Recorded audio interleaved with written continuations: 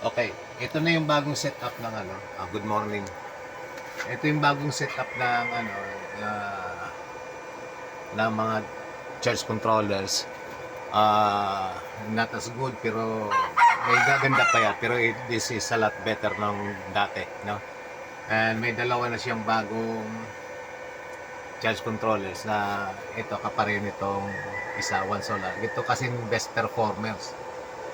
Itong isa not so good pero MPPT na rin kaya okay, working fine. And ito yung mga luma na PWM. Yan, all in all gusto ko lang pakita yung arrangement na mas presentable siya. Meron na ring ano, rail ng circuit breakers. Ito yung papunta ng battery. Ito yung papunta ng solar panels, no?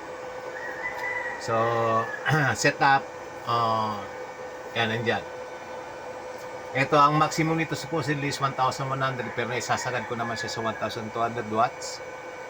Ito 1,100 watts is 1,100 watts. Ito kahit mataas yan walang problema kasi 80 amperes ang ano ito, ang capacity nito. And itong dalawa naman sa backup na battery mahina na. So itong mga battery niya, 8 ito plus dalawang ito na ano na mahina na, so a total of 10. 14 yan, binenta ko na yung apat, mga sira na talaga. So ito, video lang itong early 2025 para sa update ng story ng aming pagsusolar. And sinasamantalang pagkakataon na habang wala pang kumakanta na kakapilit ng YouTube. Ganon. Maya-maya kukuha na ko ng video doon sa labas para makuha na yung ng eksaktong panels na maabot na mahigit sa 7,000 watts. May sasama ko yung video kahapon na doon sa ibang side na kuha. And kukuha na ako doon sa may part na kuha yung buong area. Just to show na what I'm saying is yun talaga yun. And ang development na ginagawa namin dito, kumbaga I'll leave it as it is kung ano ang itsura namin para later time nang nag-develop kung anong gawa namin, makita ang improvement sa ano, as evidence doon sa mga videos. So, yun. Okay, salamat. Okay. May nakalimutan pa pala akong video. Ito pala yung ano, baka naman sabihin na kulang masyadong details ko.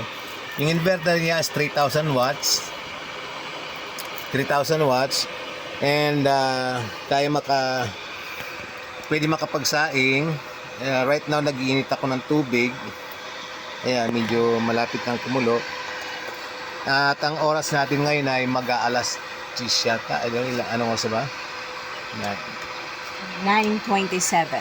Okay. At least 9:27. Malakas na ang ang harvest niya. Nag-indicate ng 26.8 sa inverter.